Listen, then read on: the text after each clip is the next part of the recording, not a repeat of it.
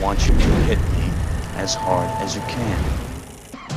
I'm Dylan Bowden for the JoBlo Network, and this is From Page to Screen. For this installment, we'll be looking back at the big screen debut of those heroes in a half shell, 1990's Teenage Mutant Ninja Turtles. Created in 1984 by Kevin Eastman and Peter Laird, Leonardo, Donatello, Michelangelo, and Raphael first appeared in the self-published Mirage Studios comic Teenage Mutant Ninja Turtles.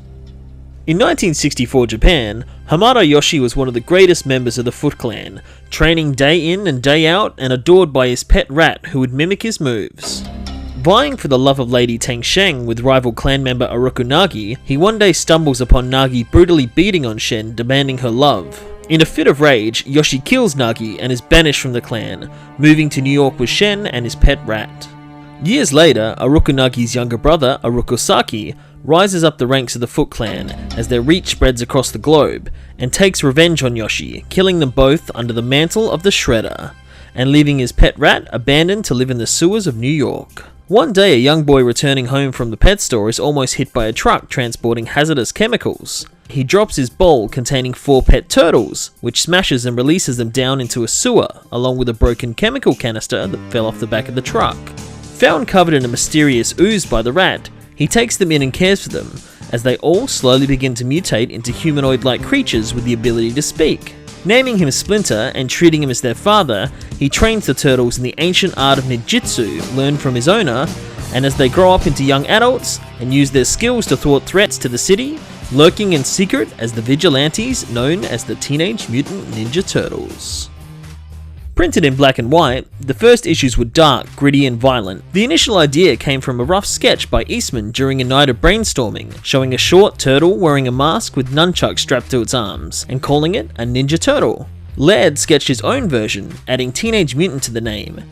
Both artists drew up a splash page depicting 4 turtles, each with a different weapon, but were unable to think of authentic Japanese-sounding names. Instead, they went with Renaissance artists Leonardo, Michelangelo, Donatello, and Raphael, picked from Laird's copy of Janssen's History of Art. Many elements of the Turtles' origin also parodied Marvel's own Daredevil comics, with his origin involving a traffic accident between a blind man and a truck carrying radioactive chemicals, the Turtles' master being named Splinter, like Daredevil's mentor Stick, and the Foot as an evil clan of ninjas like the Hand, who were a mysterious and deadly ninja clan introduced in the pages of Frank Miller's Daredevil run. Gaining a cult following, the initial one-shot issue became an ongoing series, and started to gain interest from various toy licensing companies.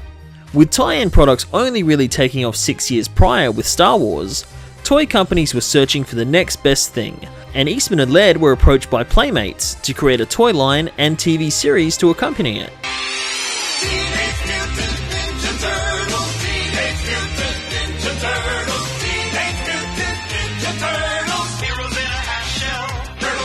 Considerably lighter and more family-friendly than the darker tone comic, a 5-part miniseries debuted in 1987 and launched the characters into mainstream popularity.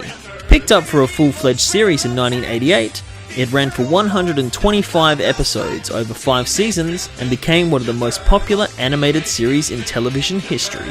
The cartoon also added several elements to the Turtles' mythology, not previously seen in the comics, including their love of pizza, iconic catchphrases, and coloured masks to differentiate the main characters. It also clearly defined their different personalities too, making Leonardo wise and mature, Donatello the brainy inventor, Raphael rude and gruff, and Michelangelo the immature party animal. April was also reimagined from a lab assistant to a hard-hitting news reporter. Splinter's origin was changed to actually be Hamada Yoshi himself, and the Foot were altered from highly trained ninjas to robots to stop the promotion of the Turtles using their weapons on real people. By this stage, the Turtles had become a cultural phenomenon, and a movie was inevitable. Tiny production company Golden Harvest hired music video director Steve Barron to make his directorial movie debut. Barron had cut his teeth directing visionary music videos, including Billie Jean for Michael Jackson, Money for Nothing by Dire Straits, and Take On Me for a-ha. To bring the Turtles to life, producers turned to master puppeteer Jim Henson, best known for creating The Muppets and Sesame Street, and his company, the Jim Henson Workshop, who had recently created amazing animatronic characters for the movies The Dark Crystal and Labyrinth. Utilizing state-of-the-art technology, each turtle required at least 3 performers to bring them to life, with one performing the stunts, one controlling the lips and facial movement, and finally a voice artist for the final dialogue. Great! Go ahead! We don't need ya! Surprisingly, for a movie aimed at the cartoon's audience, primarily children, it kept very close to the dark feel of the original comics, including the origin of the turtles, the history between Amado Yoshi and Splinter, and several key scenes from the comics, including Raphael meeting Casey Jones for the first time, About a 5-minute game misconduct for roughing. the injury of a turtle at the hands of the foot,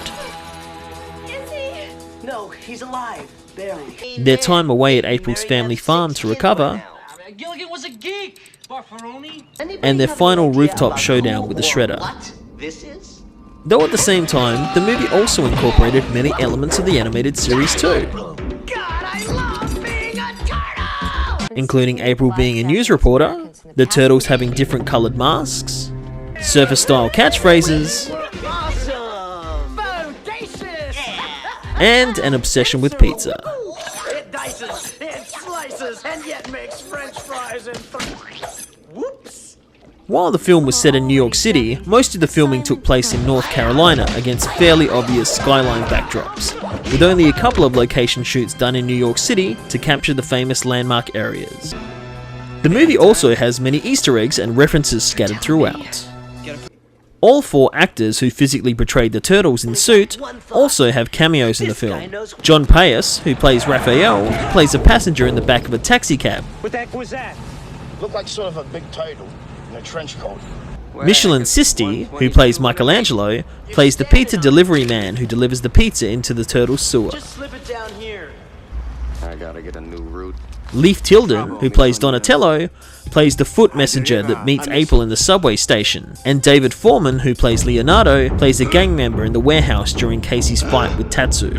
Toward the end of the movie, one of the street punks tips off the police chief to check out the East Warehouse over on Lairdman Island, Check out the East Warehouse over Laird Island. a clear reference to Kevin Eastman and Peter Laird. Only holding a rating of 40% on Rotten Tomatoes, and criticised at the time for its dark tone and use of violence, Gotcha! the movie went on to become the highest grossing independent movie at the time, making over $200 million from a tiny budget of $13.5 million and spawning 2 direct sequels. The successful and more family-friendly Secret of the Ooze in 1991, and the lower budget Turtles in Time in 1993. However, neither had quite the same impact, only making $68.6 million and $42.2 million respectively. Though the legacy lived on in several further cartoon adaptations and feature films, it was the original movie that came out at the peak of the Ninja Turtles phenomenon. Righteous! Bossa Nova! Bossa Nova? And is most fondly remembered as the true live-action version of Turtle Power.